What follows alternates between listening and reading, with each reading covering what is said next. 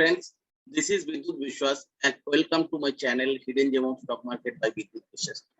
Friends, आज के दिन में जैसे कोई भी किसी के साथ भी बात करो, जे राइजिंग सेक्टर कौन सा है, जे जैसे अपॉर्चुनिटी कौन सा सेक्टर में आप अगर स्टॉक मार्केट में इन्वेस्ट कर रहे हो और कौन सा सेक्टर इन फ्यूचर फ्लरिश हो सकता है, वो अगर आइडेंटिफाई कर सकता है उस सेक्टर में सबसे स्ट्रॉन्ग स्टॉक जो है उसको अगर आइडेंटिफाई कर सकते हो तो इन फ्यूचर आपका फॉर्चून बन सकता है। चलो हम लोग तो ऐसे ही टेक्निकल में लगा के 2 गुना 4 गुना ऐसा तो बहुत सारे लेते ही रहते हैं, लेकिन मल्टीबैगर्स रिटर्न जो मिल सकता है वो कंपनी कौन सा है आइडेंटिफाई करना बहुत जरूरी है। तो एक जैसे अभी जैसे आज के दिन में सबसे हॉट टॉपिक कौन सा है? हॉट टॉपिक है ग्लोबल वार्मिंग। ग्लोबल वार्मिंग क्यों होता है? क्योंकि हम लोगों का जो इंडस्ट्रियलाइजेशन है और जो कार्स जो चलते रहते हैं और दूसरा ये सबसे एक इमिशन होता है CO2, carbon dioxide, carbon monoxide, ये सब इमिशन होता है। उसकी वजह से टेम्परेचर धीरे धीरे इंक्रीज करते रहे और उसके वजह से जो हमारा 2 पोलर है उसका जो आइस जम के रहा है बहुत दिनों से, तो वो आइस मेल्ट कर सकते हैं और उसके वजह से मतलब जो सी लेवल है वो काफी ऊपर आ सकता है। तो बहुत सारे कंट्रीज वर्ल्ड में है जो सी लेवल में है, तो वो पानी के नीचे जा सकता है इन फ्यूचर। तो ये तो सब जो बड़ा बड़ा कंट्रीज है, बड़ा बड़ा वर्ल्ड लीडर्स है, वो लोगों के लिए एक कंसर्न से तो वो लोग बहुत सारे स्टेप्स ले रहे हैं। और दूसरा जो है इसलिए ग्लोबल वार्मिंग तो एक बात हो गया, और दूसरा जैसे जिस कंट्री के पास जैसे हम लोगों को लिए आज का सबसे इम्पोर्टेंट चीज क्या है, इंडिया का जो है एक इंपोर्ट किस पे सबसे ज्यादा होता है, मतलब डॉलर्स बाहर कहाँ से चला जाता है, वो है पेट्रोल। तो पेट्रोल जो है वो भी लिमिटेड रिसोर्स है और ऑब्वियसली इंडिया का लॉन्गर रन में इकोनॉमिक ग्रो करना है तो पेट्रोल का यूजेस जो फोसिल फ्यूल से उसका यूजेस कम करना है। तो चलो अभी ग्लोबल वार्मिंग प्लस इसका जो पेट्रोल का यूजेस कम करना है उसके लिए इंडियन गवर्नमेंट ने काफी सारे स्टेप्स ले रहे हैं। जैसे सोलर एनर्जी हो गया एक इमर्जिंग ट्रेंड। दूसरा जो हो गया जिसे अभी इंडिया का क्या होता है, जे मिडिल क्लास पॉपुलेशन है वो जो 2005 में 5 to 6% का आसपास था, वो अभी लगभग 20% का आसपास और एक्सपेक्टेड अप टू 2030 ये शायद 45 to 48% में आ जाएगा। तो जितना आपको अगर पास पैसा आएगा तो क्या सोचता है लोग, एक घर खरीदेगा, उसके बाद एक गाड़ी खरीदेगा। तो मिडिल क्लास जो है वो गाड़ी घर गाड़ी ये सब का ही सोचता है। तो मिडिल क्लास पॉपुलेशन जितना बढ़ेगा इंडिया का रास्ते में कार बढ़ेगा। और अभी तो ऐसा हालत है फोसिल मतलब पेट्रोल का इतना रेट है और पेट्रोल मिलता नहीं है और सब बताते रहता है ये पेट्रोल का रेट कम करना है, लेकिन पेट्रोल का रेट कम करना कोई अच्छा सस्टेनेबल इकोनॉमी हो नहीं सकता, क्योंकि जितना कम होगा उतना क्या होगा, जैसे अगर 10 रुपये कल का पेट्रोल का रेट कम हो गया उतना क्या होगा, उतना लोग ज्यादा यूज करेगा और ज्यादा इंडिया को इंपोर्ट करना पड़ेगा। तो इंडिया का पॉपुलेशन जैसे मतलब जो इंक्रीज मिडिल क्लास का बढ़ रहा है उसके हिसाब से पेट्रोल का रेट अगर ऑब्वियसली वर्ल्ड मार्केट में भी तो बढ़ रहा है डॉलर का रेट, तो ऊपर पेट्रोल का रेट, तो उसके हिसाब से अगर पेट्रोल का रेट इंडियन मार्केट में भी नहीं बढ़ेगा तो उसमें क्या होगा, यूजेस ज्यादा होगा और उतना ज्यादा डॉलर बाहर चला जाएगा इम्पोर्ट के लिए। तो इसलिए पेट्रोल का रेट एक जगह पे मेंटेन करना बहुत ही जरूरी है। चलो लेकिन आज नहीं तो कल जैसे मिडिल क्लास पॉपुलेशन जिस हिसाब से बढ़ रहा है उसके हिसाब से इंडियन मार्केट में कार खरीदना भी बढ़ रहा है। और हम लोग देखा instead of Covid 2020 to 2020 there is a steady growth in Indian automobile sale. तो मतलब लोग तो गाड़ी तो खरीदते, तो गवर्नमेंट को ये सोचता है जे इलेक्ट्रिक व्हीकल को बढ़ाना। इलेक्ट्रिक व्हीकल को बढ़ाने में क्या क्या क्या फायदा है? एक तो जो कार्बन डाइऑक्साइड कार्बन मोनोऑक्साइड निकल रहा है जिसकी वजह से टेम्परेचर बढ़ रहा है वो कम हो जाएगा। जितना इलेक्ट्रिक व्हीकल रास्ते में रहेगा उसका तो कोई एमिशन रहेगा नहीं।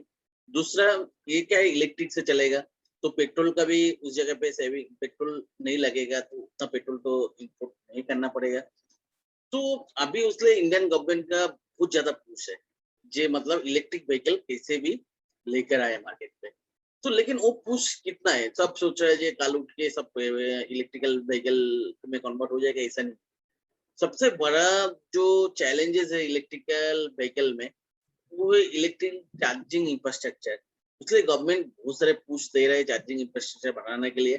क्योंकि जैसे मैं मेरा एंड से सोचता हूँ, मेरे पास भी कार है, तो मैं सोचता हूँ कि चलो इलेक्ट्रिक में मेरे को जैसे पेट्रोल मतलब कार में 5 से 6 रुपया पर किलोमीटर जाने में लगता है, इलेक्ट्रिक व्हीकल में कन्वर्ट कर लूंगा तो मेरा वो खर्चा बहुत कम हो जाएगा।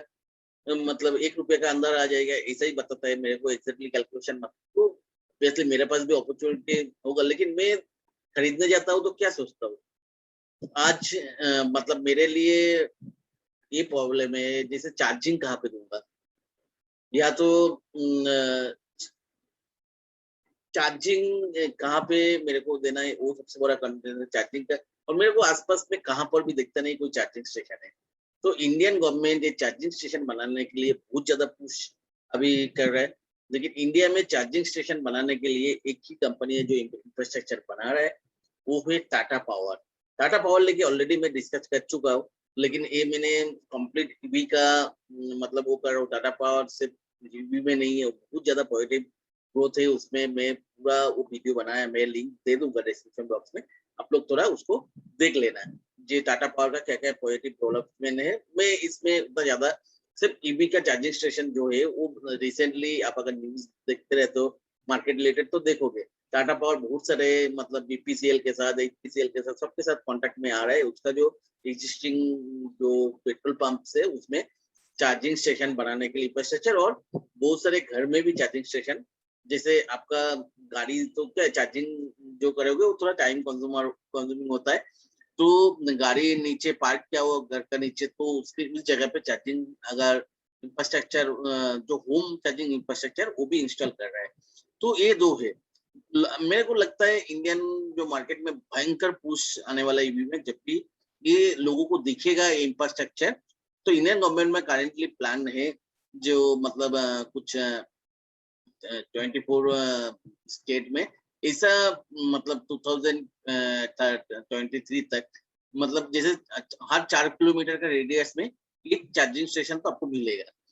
तो आप सोचो ये ऐसा हो जाएगा। ये क्या होता है, ये पुश मैं जैसे सोच रहा हूँ चलो मेरे को भी सेविंग्स होगा पेट्रोल का, एक कार वो करने के लिए मेरे को, अगर ये मेरे लिए बहुत बड़ा सेविंग्स है, क्योंकि मेरे को हर रोज 40 किलोमीटर कार मतलब यूज होता है। तो उसमें मेरा सेविंग्स कितना है आप सोच लो। तो उसके हिसाब से हर आदमी सोच रहे हैं जो लोग रेगुलरली कार यूज करते हैं।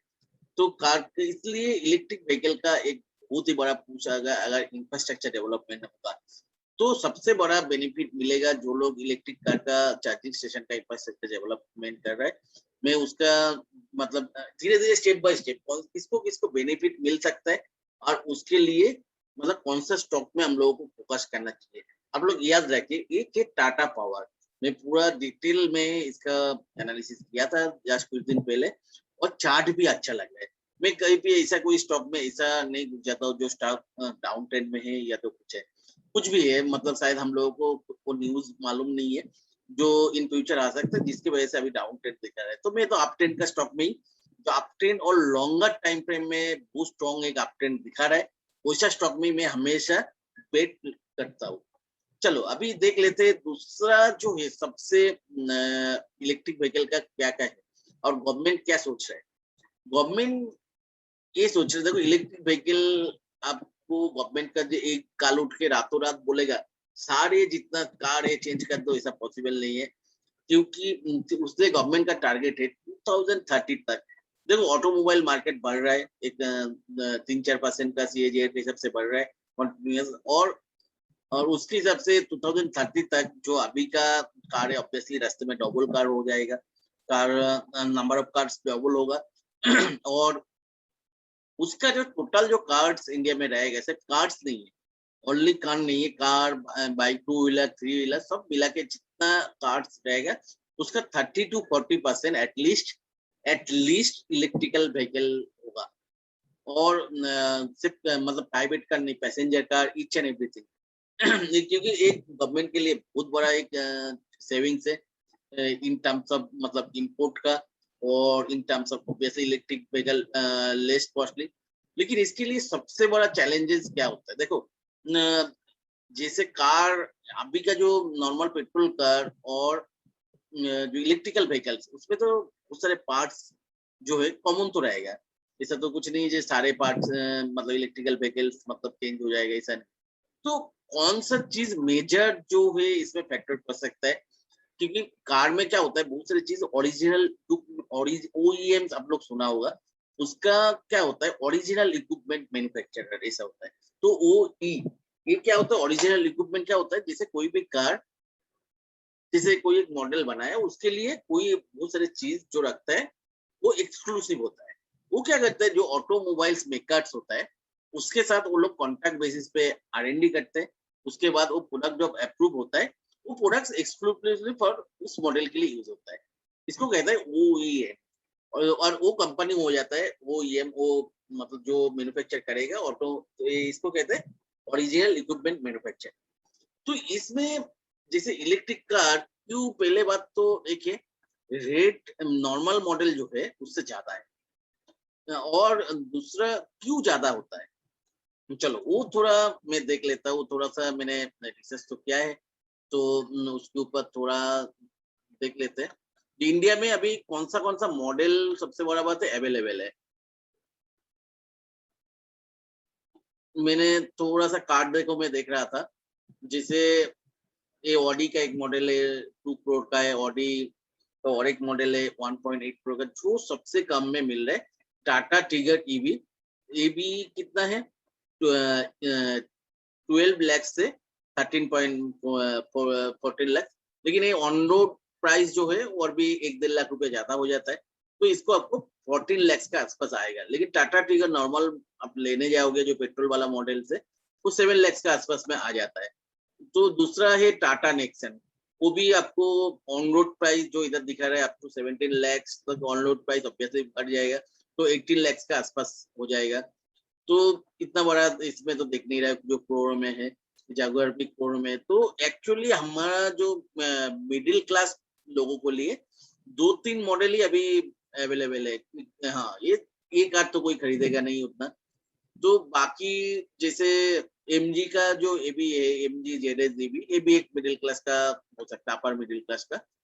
और जो हुंडई का कोना इलेक्ट्रिक उसका भी।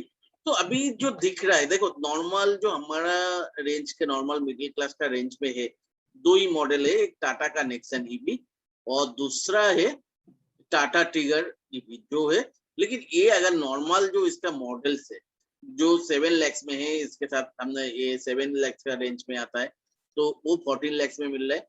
और ये भी टाटा नेक्सन भी 8 to 10 लाख में आ जाते हैं, उसका आपको ऑलमोस्ट 18 लाख आ जाएगा। तो मतलब इतना प्राइस ज्यादा क्यों हो रहा है? एक्चुअली बैटरी ईवी व्हीकल का जो अगर प्राइस देखेंगे उसका मैक्सिमम प्राइस होता है बैटरीज का।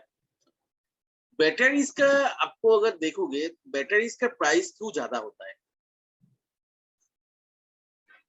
चलो अभी थोड़ा और भी 2-4 चीज देख लेते हैं।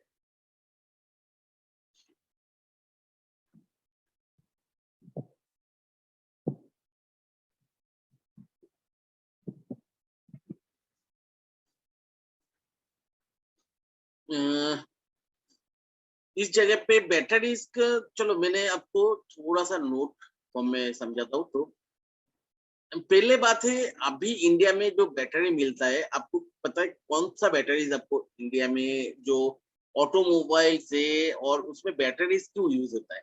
बैटरीज यूज होता है जो स्टार्टिंग के टाइम पे जो चार्ज लेता है इंजन स्टार्ट करने के लिए, मेनली बैटरीज यूज होता है। और जो लाइट वगैरह गाड़ी में चलता है, चलो वो तो कौन सा बैटरी यूज होता है वो मैंने एक बार बता देता हूँ। उसके पास वो बैटरी के लिए चैलेंजेस क्या है वो सब मैंने एक बार बात कर लेता हूँ। तो आपका अभी के दिन में जो ऑटोमोबाइल में 2 व्हीलर, थ्री व्हीलर और 4 व्हीलर में बैटरी यूज होता है, वो कौन सा बैटरीज है? वो है लेड आयन बैटरीज, जो लेड एसिड बैटरी, सॉरी, तो लेड एसिड बैटरीज में जो है एक तो मतलब क्या होता है, अभी के दिन में जो ऑटोमोबाइल है उसमें मतलब बैटरी का और जो ईवी में बैटरी से उसका क्या डिफरेंस आएगा? अभी जो बैटरीज यूज होता है वो है, चलो लिख लेते हैं।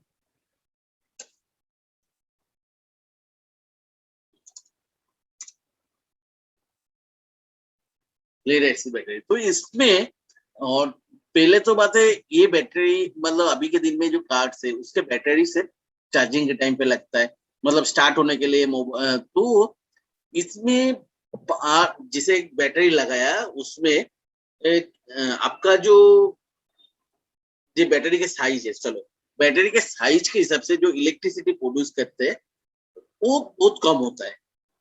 लेकिन एक इलेक्ट्रिक कार में क्या होगा, ईच एंड एवरीथिंग बैटरी से चलेगा। तो आपको अगर उसके हिसाब से बैटरी जो लेड एसिड का जो बैटरी है उसके हिसाब से बनाने जाओगे तो कार्ड से तो शायद बैटरी का साइज बड़ा हो जाएगा। तो आपको ऑब्वियसली ऐसा कोई बैटरी में मूव करना पड़ेगा जो साइज छोटा है, मतलब 5 जो साइज के हिसाब से जो 5 इंच अगर साइज होगा उसमें कितना इलेक्ट्रिसिटी प्रोड्यूस कर रहे हैं वो बहुत इंपॉर्टेंट है। तो ये करंट जो लेड एसिड बैटरीज वो दे नहीं सकता है। तो ऑब्वियसली नया कोई बैटरीज मैन्युफैक्चरर में आपको जो टेक्नोलॉजी में देना पड़ेगा वो है एडवांस केमिस्ट्री मैन्युफैक्चरिंग।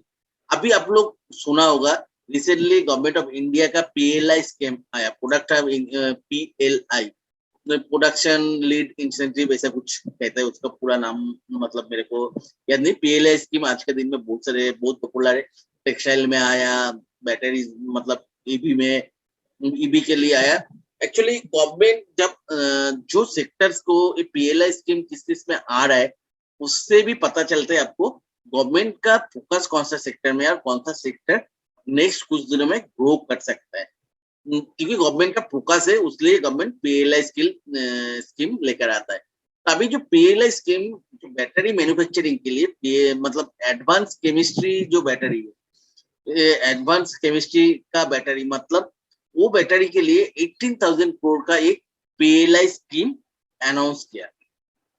तो वो एडवांस केमिस्ट्री बैटरी अभी क्या है और अभी के दिन में ऑटो मेकर्स मतलब जो ईवी मेक कर रहे हैं उसमें कौन सा बैटरी वो लोग यूज कर रहे हैं, वो बैटरी है।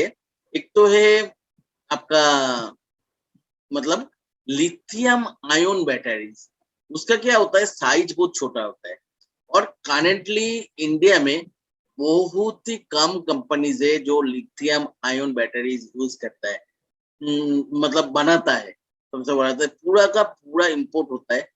तो क्योंकि ये टेक्नोलॉजी इंडिया के लिए नया है, लिथियम जो बैटरी होता है साइज में बहुत छोटा होता है ये तो, और ये टेक्नोलॉजी ऐसा नहीं है डायरेक्ट लिथियम मेटल यूज होता है, इसमें क्या होता है लिथियम आयन यूज होता है। तो जैसे एटॉम जैसे जैसे एटॉम टेक्नोलॉजी है जैसे मतलब इसमें यूज होता है, तो इसमें छोटा सा बहुत ही छोटा साइज में होगा बहुत ही ज्यादा, लेकिन उसका कॉस्ट बहुत ज्यादा है। कॉस्ट क्यों ज्यादा है बहुत, क्योंकि इसको इम्पोर्ट करना पड़ता है। तो अभी के दिन में जिसे इम्पोर्ट करना पड़ता है तो उसके लिए जैसे मारुति सुजुकी ने आज के दिन में कौन कौन चलो मैन्युफैक्चर करता है, एक तो मारुति सुजुकी ने तोशिबा का इलेक्ट्रिक के साथ जॉइंट वेंचर में गुजरात में एक फैक्ट्री लगाया, TDSG करके कोई एक है। दूसरा जो है एक्साइड वो साउथ अफ्रीका का कोई लेलेंस करके एक एडवांस लिथियम बैटरी मैन्युफैक्चरर है। तो उसके साथ 75:25 रेशियो में जॉइंट वेंचर बनाया इंडिया में batteries lead ion batteries manufacturing के लिए। तो वो क्या होता है लेड आयन बैटरीज मैन्युफैक्चरिंग के लिए जो लगाया, और 2018 में वो जॉइंट वेंचर आया था और उसका जो प्रोडक्शन है इस साल वो चालू हो गया। तो एक्साइड जो है आपका इस फील्ड में बहुत ही आगे आगे ऑलरेडी, क्योंकि उसने ऑलरेडी प्रोडक्शन, और दूसरा टाटा ग्रुप भी थोड़ा जो टाटा टाटा का कार्ड दिख रहा है क्योंकि टाटा ने भी ऑलरेडी स्मॉल स्केल्स में वो थोड़ा सा मैन्युफैक्चरिंग चालू कर दिया टाटा मोटर भी, उसके लिए उसका जो ईवी का कार आ रहा है। लेकिन आज के दिन में बहुत सारी चीज बाहर नहीं आ रहा है, क्योंकि ये शायद 2022 से बहुत ज्यादा इलेक्ट्रिकल व्हीकल्स आपको रास्ते में दिखेगा। तो बहुत सारे कार मेकर्स को अगर कंपटीशन में रहना है तो उनको तो इलेक्ट्रिकल व्हीकल्स डेवलपमेंट में जाना पड़ेगा। तो और बैटरी के लिए एक्चुअली बैटरी मेन इक्विपमेंट है इसके लिए। और तीसरा जो कंपनी है वो है अमारा राजा बैटरीज। अमारा राजा बैटरीज का आप देखोगे तो उसका तो क्या है, आपका ऑलरेडी मतलब इंडिया में सेकेंड लार्जेस्ट मैन्युफैक्चरर है बैटरी का आफ्टर एक्साइड। और दूसरा है इसका अभी लिथियम आयन बैटरीज का कोई सबसे बड़ा बात है, आप हम लोग ऐसे एक कंपनी के बारे में बात कर रहे हैं इसके लिए जिसके पास कोई मैन्युफैक्चरिंग कैपेसिटी है ही नहीं लिथियम आयन बैटरी का। तो लेकिन देखो अभी जब एक्साइड इसका मैन्युफैक्चर मतलब जो प्लांट लगाना चालू किया था लिथियम आयन बैटरीज का, उस टाइम गवर्नमेंट का कोई पीएलआई स्कीम था नहीं। लेकिन अभी क्या है, हमारा राजा बैटरीज आप लोग अगर न्यूज देखते हो तो रिसेंटली आप देखा होगा गवर्नमेंट का जो पीएलआई स्कीम आने के बाद हमारा राजा बैटरी भी डिक्लेयर किया है जो उन लोग नेक्स्ट कुछ ईयर्स में 1 बिलियन यूएसडी इन्वेस्ट करेगा लिथियम आयन मैन्युफैक्चरिंग के लिए। अभी आप बोलोगे तो इसमें इतना अपॉर्चुनिटी है, और लिथियम आयन बैटरीज कहाँ कहाँ पे यूज होता है, जैसे जिस जगह पे साइज छोटा होता है, जैसे मोबाइल आप लोग देखा होगा मोबाइल में लिथियम आयन बैटरीज यूज होता है क्योंकि साइज छोटा होता है। और तो इसे तो आप बोलोगे इतना बड़ा अपॉर्चुनिटीज है, कोई उठ के क्यों मतलब प्लांट नहीं लगा देते है। पहले बात है इसका जो है बहुत ही ज्यादा कॉस्ट इंटेंसिव प्रोजेक्ट होता है जिसके पास और बैटरी का एग्जिस्टिंग जिन लोगों के पास बैटरी मैन्युफैक्चरिंग का टेक्नोलॉजी है और बड़ा जो मतलब ऐसा कोई नहीं मतलब आपके मतलब जिसके पास टेक्नोलॉजी ऑलरेडी है ही नहीं मैन्युफैक्चरिंग का, जो ऑलरेडी एग्जिस्टिंग बैटरी मैन्युफैक्चरिंग है उसमें वो लोग क्या है बैटरी में मैन्युफैक्चरिंग ऑलरेडी एक्सपर्टाइज है, तो वो लोग एडवांस केमिस्ट्री में काम कर सकते हैं। और दूसरा जो बात है इंडियन अगर बैटरी इंडस्ट्री आप देखोगे ऑटोमोबाइल का बैटरी इंडस्ट्री जो है इसका मार्केट साइज अभी तो बहुत ज्यादा बड़ा ऐसा नहीं, कुछ 40-50 हजार करोड़ का मार्केट साइज है। और उसमें लीड करते हैं एक्साइड और अमरा राजा दोनों को शायद 30-30% का मार्केट शेयर है। बाकी 30 से 40% मार्केट जो है वो आपको चलो अभी तो बैटरी में आपका चलो लिख लेते हैं कौन सा पॉइंट कवर हो रहा है। मार्केट लीडर जो है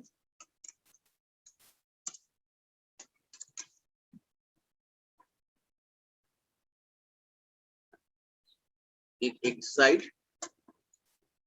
और दूसरा है हमारा राजा। तो इंडिया में अगर नया टेक्नोलॉजी लेना है लेकर आना है तो और उसका बल्क में प्रोडक्शन करना है तो ये दोनों को आगे आना ही पड़ेगा। एक साइड ऑलरेडी क्या है इसने प्लांट मैन्युफैक्चर कर लिया और फॉरेन कोलैबोरेशन भी कर लिया और उस कंपनी का एक अच्छा सा स्टेक भी खरीद लिया जो इसका साउथ अफ्रीका का जो प्लांट है उसके साथ मतलब जो एग्जिस्टिंग कंपनी है उसका 7.7% स्टेक खरीद लिया।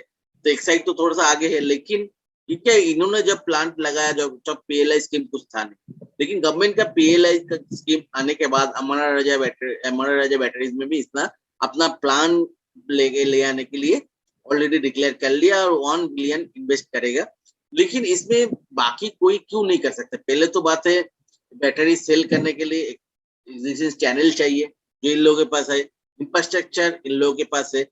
दूसरा मतलब ये बहुत ही कॉस्ट इंटेंसिव प्रोजेक्ट है, नया कोई आके आज बैटरी बनाना चालू करेगा और उसके लिए वो चैनल वगैरह ये सब बनाने के लिए। और दूसरा बात है ऐसा नहीं मतलब आप आज मतलब लिथियम आयन बैटरीज लग रहा है हाँ यही फ्यूचर है, काल उठ के और भी कोई एडवांस केमिस्ट्री नहीं आएगा ये भी कोई नहीं बता सकता है। काल उठ के कोई एडवांस केमिस्ट्री आ जाएगा तो ये शायद इसका यूजेस और नहीं रहेगा, तब इस इतना बड़ा इन्वेस्टमेंट मतलब पूरा पूरा कोई काम पे नहीं आएगा। लेकिन अभी इतना जल्दी नहीं होगा, तो इतना बड़ा इन्वेस्टमेंट का रिस्क तब वो लोग ही ले सकते हैं जिसके पास एग्जिस्टिंग कैपेबिलिटी है, ऑलरेडी बड़ा कंपनी है और बड़ा खर्चा कर भी सकता है। हमारा राजा बैटरीज भी उन लोगों को पता नहीं है जो बैटरीज मैन्युफैक्चरिंग करते हैं, तो अभी तक क्यों वो नहीं किया था इन्वेस्टमेंट? यही रीजन है, क्योंकि वो पूरा का पूरा जो है अपना जेब से नहीं करना चाहता है।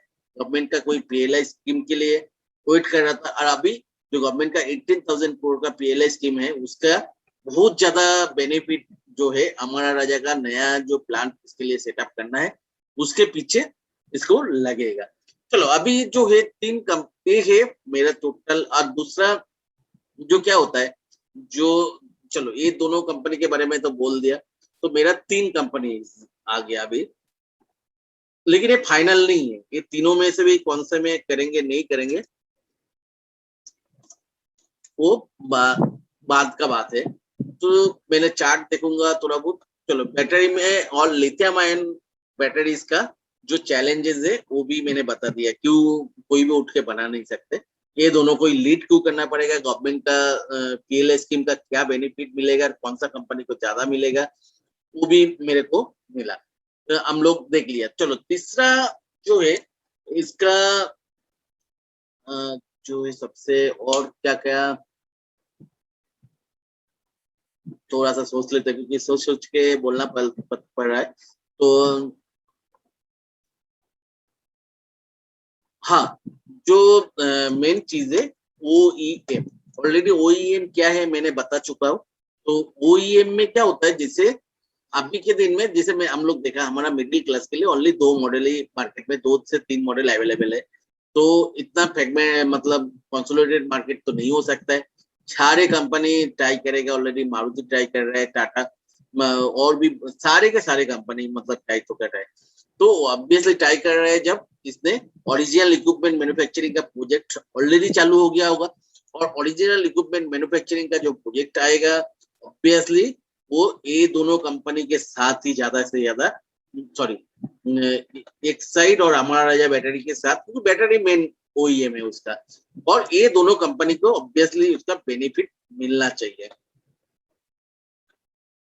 तो ये दोनों कंपनी का ऊपर में एक्साइड और अमरा राजा और टाटा पावर, इन तीन कंपनी मैंने शॉर्ट कर लिया। और क्या क्या रीजन है, एक तो Tata power electric charging infrastructure के लिए, और अमरा राजा और एक्साइड मतलब इसके लिए है बैटरी मैन्युफैक्चरिंग ओईएम। और बाकी ओईएम के लिए मैं उतना ज्यादा मतलब मार्क्स नहीं दूंगा, क्योंकि मेन जो कॉस्ट बेयरिंग होता है वो हमारा राजा और एक्साइड होता है। और जब सबसे बड़ा बात है, इलेक्ट्रिक कार का अभी रेट ज्यादा है इसके लिए, क्योंकि लिथियम जो आयन बैटरीज है वो हम लोग को इंपोर्ट करना पड़ता है। जब इन हाउस मैन्युफैक्चरिंग चालू होगा कंट्री में, तब कार का रेट जो है सब्सटेंशियली डाउन हो जाएगा। तो ये हो गया हमारा जो चैलेंजेस है, और ईच एंड एवरीथिंग मैंने डिस्कस कर लिया। जी, सब आप लोगों को उम्मीद है ये जो मैंने आप लोगों को बताया उससे आप लोगों को जो इलेक्ट्रिक व्हीकल का मार्केट है। हाँ चलो, अब दूसरा जो है सबसे बड़ा बात है, इलेक्ट्रिक व्हीकल बोल रहा हूँ, तो ये मतलब कैसे ग्रो करेगा।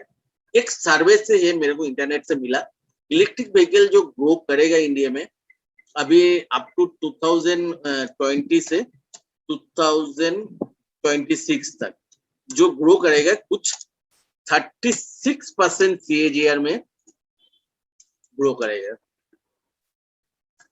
और जो ईवी का बैटरी मार्केट वो ग्रो करेगा कुछ आपका 30% सीएजीआर में ग्रो करेगा।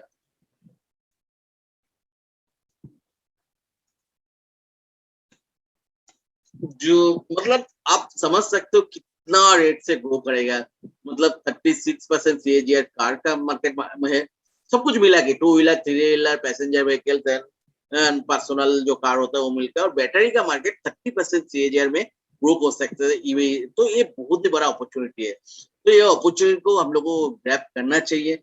ऑब्वियसली अभी इनिशियली एक्साइड को ज्यादा मतलब बेनिफिट मिलेगा, लेकिन हमारा राजा को मैंने ज्यादा मार्क्स दूंगा, क्योंकि हम लोग हमेशा देखा दो चीज के लिए, आप अगर एक साइड का एबिटा देखोगे, जो मैंने दो चीज के लिए मतलब वो कर रहा हूँ।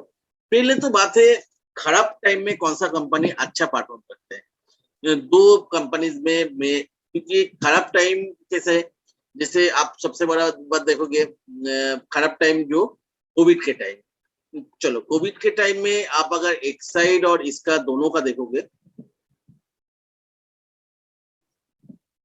तो कोविड के टाइम पे कौन अच्छा मतलब परफॉर्म किया, वो भी एक बहुत ही देखो, एक कोविड के टाइम में सारे कंपनी का जो है सेल्स तो कम हुआ था। जैसे ये जून 19 में जो सेल्स था ऑलरेडी उसका हाफ सेल्स हो गया तो, लेकिन इसका जो ऑपरेटिंग प्रॉफिट मार्जिन एबिटा जो है 5% में चला गया था। और एक चीज देख के रखो, इस जून क्वार्टर में भी इसका जो एबिटा मार्जिन है जो जनरली नॉर्मली 10 to 12% में रहता है, इस जून क्वार्टर में भी इसका एबिटा मार्जिन 6% में चला गया था। तो इस जून क्वार्टर में क्या चैलेंजेस था और लास्ट जून क्वार्टर में कि बैटरी कोई भी बैटरी मैन्युफैक्चरिंग के लिए दो चैलेंजिंग टाइम था। वो दो चैलेंजिंग टाइम पे कौन सा कंपनी अच्छा मतलब किया, वो मेन चीज है। एक तो लास्ट ईयर जून क्वार्टर में जो था कोविड का जो है चैलेंजेस था, कोविड का और उस टाइम पे कोविड का चैलेंज में देखो इसका सेल्स आधा हो गया था, प्लस ऑपरेटिंग प्रॉफिट मार्जिन जो एबिटा जो है कोई भी कंपनी के लिए मेन, वो कंपनी कितना एफिशिएंट है एबिटा से पता चलता है।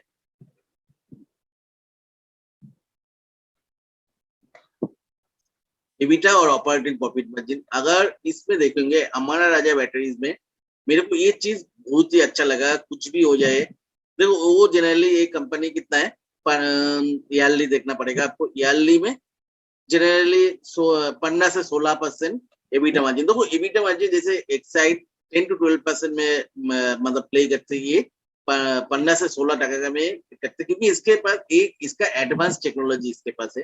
क्योंकि इतना दिन तक उसका जॉनसन एंड जॉनसन के साथ कोलैबोरेशन था जो रिसेंटली 2019 में तो कोलैबोरेशन टूट गया, तो वो कोलैबोरेशन, लेकिन इसके पास एडवांस टेक्नोलॉजी। दूसरा बात है देखो इस जगह पे वो जून 19 जो क्वार्टर ऑब्वियसली सेल्स का ड्रॉप है, लेकिन तब भी इसका ऑपरेटिंग प्रॉफिट मार्जिन 13% में था और बहुत ही फ्यू कंपनी जो इंडिया में प्रॉफिट शो किया था उनमें से एक है। ये प्रॉफिट भी उतना डिक्लाइन नहीं हुआ था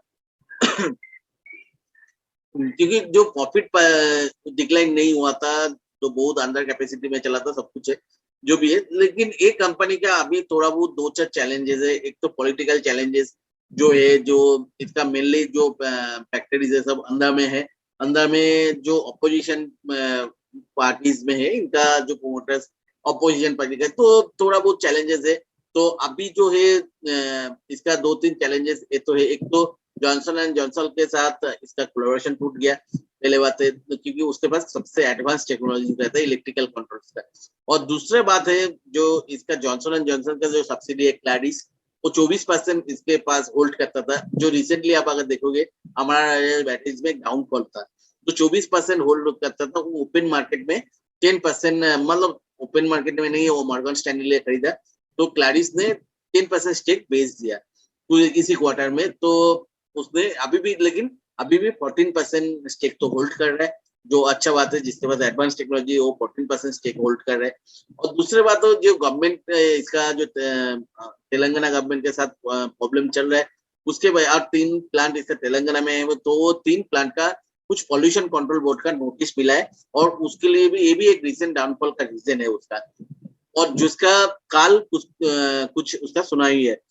तो हियरिंग कल है, तो कल मेरे को जो लगता है जो, क्योंकि और चार्ट का स्टार्ट देगा, कंपनी ने ऑलरेडी इसका मैनेजमेंट बोल चुका है जो पॉल्यूशन कंट्रोल बोर्ड के लिए जो भी रिक्वायरमेंट्स है ये लोग फुलफिल करेगा, कोई बात नहीं। तो गवर्नमेंट शायद स्टे और जो ऑर्डर से पॉल्यूशन कंट्रोल बोर्ड से जो मिला था इसका प्लांट का ऑपरेशन सस्पेंशन का, तो उठ जाएगा, क्योंकि ये लोग जो पॉल्यूशन का जो नॉर्म्स रिक्वायर्ड नॉर्म्स जो है वो मेंटेन करेगा। ऑलरेडी प्रोमोटर ने स्टेटमेंट तो दे दिया।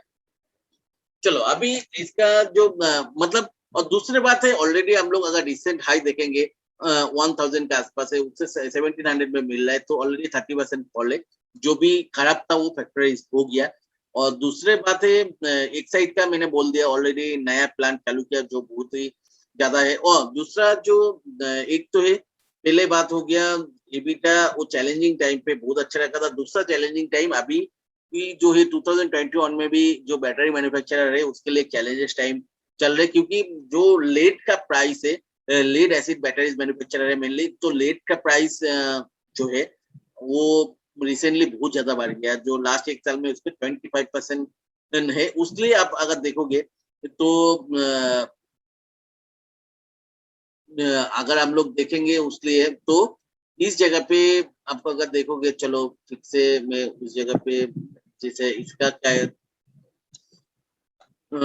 तब भी लीड एसिड इसका प्राइस बढ़ा है, तब भी इसका जो ऑपरेटिंग प्रॉफिट मार्जिन 13% में ही है, लेकिन एक साइड का आप अगर देखोगे ओनली 6% में, क्योंकि ये चैलेंज, तो चैलेंजिंग टाइम पे ये कंपनी बहुत ही अच्छा कर रहा है। और तो मैं ज्यादा एक साइड से हमारा राजा को ज्यादा नंबर इसलिए दूंगा, लेकिन एक साइड भी मैंने अवॉइड नहीं कर सकता, क्योंकि ऑलरेडी लिथियम मैंने आयन जो बैटरीज है उसका मैन्युफैक्चरिंग इंडिया में चालू कर दिया और टाइम से बहुत आगे है हमारा राजा पीछे। लेकिन हमारा राजा और एक्साइड का अगर देखेंगे, एक्साइड बहुत ही पुराना कंपनी है, स्टिल हमारा राजा बहुत लेट चालू किया था कंपनी, तब भी मार्केट शेयर बहुत फास्ट ग्रो किया।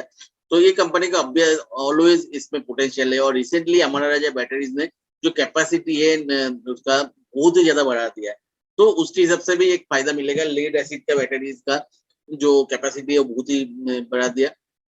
चलो अभी ये तो है, तो मैं क्या करूंगा, थोड़ा सब कुछ देख लिया। एक हमारा जो ऑब्वियसली मोर एफिशिएंट है, और ग्रीन एनर्जी में जो एडवांस केमिकल जो टेक्नोलॉजी है बैटरी उसमें भी इन्वेस्ट कर रहे हैं, और एक साइड ऑलरेडी प्लांट भी बना लिया, प्रोडक्शन भी चालू हुआ, और टाटा पावर जो है इंफ्रास्ट्रक्चर के लिए हम लोग उसमें वो करेंगे।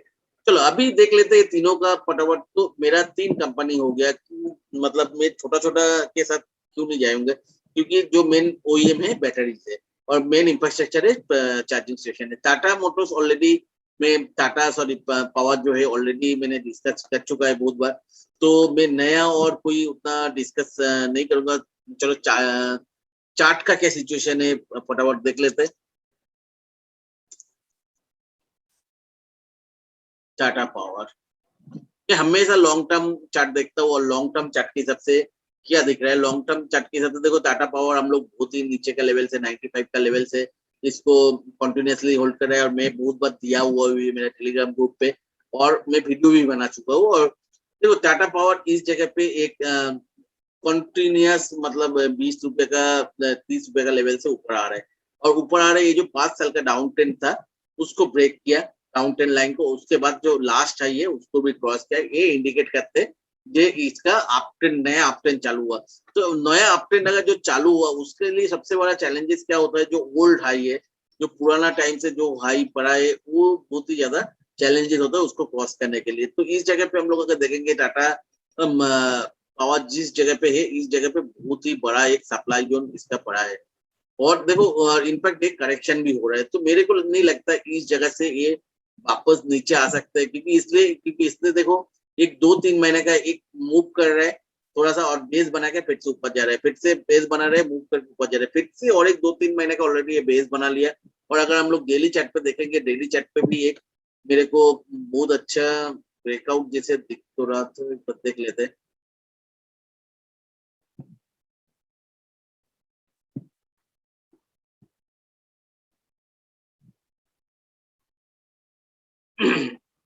इस जगह पे एक ब्रेकआउट तो दिया था, लेकिन बहुत ही ज्यादा वॉल्यूम के साथ नीचे आया, ये थोड़ा सा कंसर्न है, लेकिन मेरे को लगता नहीं बहुत ज्यादा नीचे आएगा, क्योंकि इस जगह पे एक बहुत स्ट्रॉन्ग इसको अगर देखेंगे तो सप्लाई जोन है। मेरे को लगता है सप्लाई जोन में इस जगह पे थोड़ा सा और कंसोलिडेशन करके ये ऊपर जाएगा। लॉन्ग टर्म चार्ट एब्सोल्युटली बहुत हो गया, इस जगह पे ऑलरेडी एक बेस बना दिया, ऑब्वियसली ये स्ट्रॉन्ग मतलब एक सप्लाई जोन है, इस जगह पे थोड़ा बहुत टाइम स्पेंड कर सकते हैं, लेकिन ये थोड़ा मेरे हिसाब से थोड़ा सा बहुत ज्यादा दिन मतलब इस जगह पे नहीं रहेगा।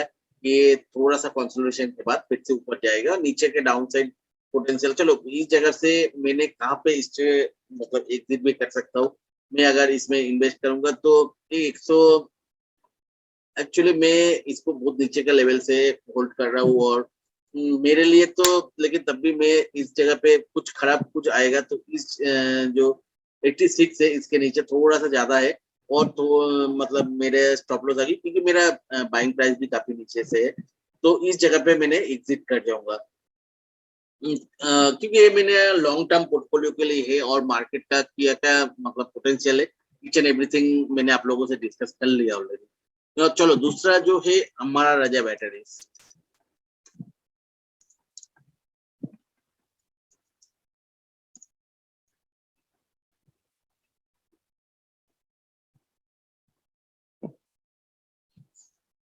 इसका लॉन्ग टर्म चार्ट देखेंगे, देखो इसने 2015 से एक डाउन ट्रेंड में था, और ये रिसेंटली ये जो डाउन ट्रेंड लाइन है उसको ब्रेक किया, ब्रेक करके ऊपर गया था और चार्ट के हिसाब से देखो वो नीचे आया, वो लाइन को रिटेस्ट किया। ऑब्वियसली देखो इस जगह पे ये लास्ट हाई को जब क्रॉस किया, ऑफिशियली ये जो 5 साल का डाउन ट्रेंड है वो खत्म हो गया और नया न्यू हाई किया। और ऑब्वियसली इस जगह पे लग रहा है देख के ये इसको रिटेस्ट करके और इसको फुल्ली एनगल्फ कर लिया, तो एनगल्फ करके लगता है जो कोर्ट का जो डिसीजन कल आने वाला है वो इसके कोर्ट पे ही आएगा। और दूसरा जो चैलेंजेस है उसका इस जगह पे बहुत ही ज्यादा वॉल्यूम दिख रहा है, ये वॉल्यूम आया था इस कैंडल पे उस महीने में जो क्लैरिस उसने सेल किया था 10% स्टेक। तो मेरे को लग रहा है वो बैड टाइम, कोई भी अच्छा कंपनी को अगर एंट्री करना है तो बैड टाइम उसका ओवर होता है तो उस जगह पे एंट्री करना चाहिए। तो मेरे को चार्ट देख के लग रहा है उसका बैड टाइम ओवर हो गया और इस जगह पे रिसेंटली वॉल्यूम भी बहुत ज्यादा एक्यूमुलेशन देख रहे हैं। और इसका में शेयर होल्डिंग पैटर्न्स भी अगर देखेंगे, प्रोमोटर ने रिसेंटली कुछ स्टेक्स भी बढ़ाया और FII-DII के भी स्टेक हर क्वार्टर में कंटिन्यूअसली बढ़ रहा है। और तीसरा है एक्साइट। एक्साइट मैंने ऑलरेडी बोल चुका है, मैं तीनों में थोड़ा थोड़ा करके इन्वेस्ट करूंगा और ज्यादा इसमें ऑब्वियसली मैं हमारा राजा बैटरीज को दूंगा। और इसमें मेरे को क्या है, थोड़ा सा स्टॉप लॉस भी बहुत ही पास है। देखो इस जगह पे ये लो है, ये लो को अगर ब्रेक करेगा, रिसेंटली मेरे पास कोई सपोर्ट नहीं है 351 तक तो बहुत ही खराब कुछ होगा। तो मैंने इसके नीचे अगर वीकली क्लोजिंग बेसिस पे क्लोज देगा 660 टू 660 के नीचे तो मैंने इसमें एग्जिट कर लूंगा और भी लोअर लेवल पे इसको मैंने एक्यूमुलेट करूंगा। तीसरा है एक्साइट।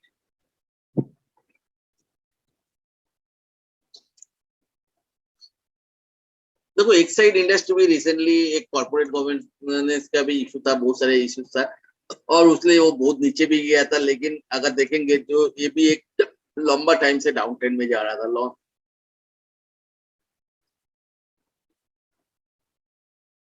लेकिन ये डाउन ट्रेंड लाइन इस जगह पे ब्रेक किया था और उसके बाद से एक अप ट्रेंड चालू हुआ।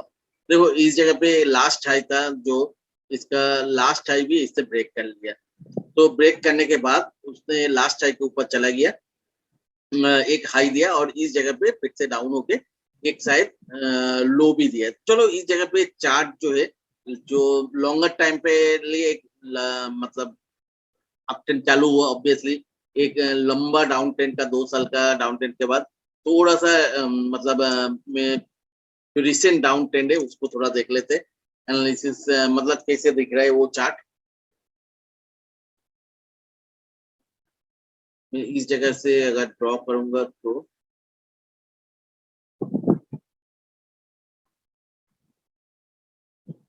मैं दोनों को ले नहीं सकते, तो मैंने इसको ले लेता हूँ। देखो एक मंथली चार्ट पे जो डाउन ट्रेंड है वो ओवर होने के बाद एक अप ट्रेंड चालू हुआ। अप ट्रेंड के बाद थोड़ा सा ये जो लास्ट हाई क्रॉस करने के बाद उसको हमेशा रिटेस्टिंग के लिए आता है। तो रिटेस्टिंग करने के बाद मेरे को इस जगह पे जो दिख रहा है, चलो वीकली चार्ट पे ज्यादा अच्छा व्यू आ रहा है।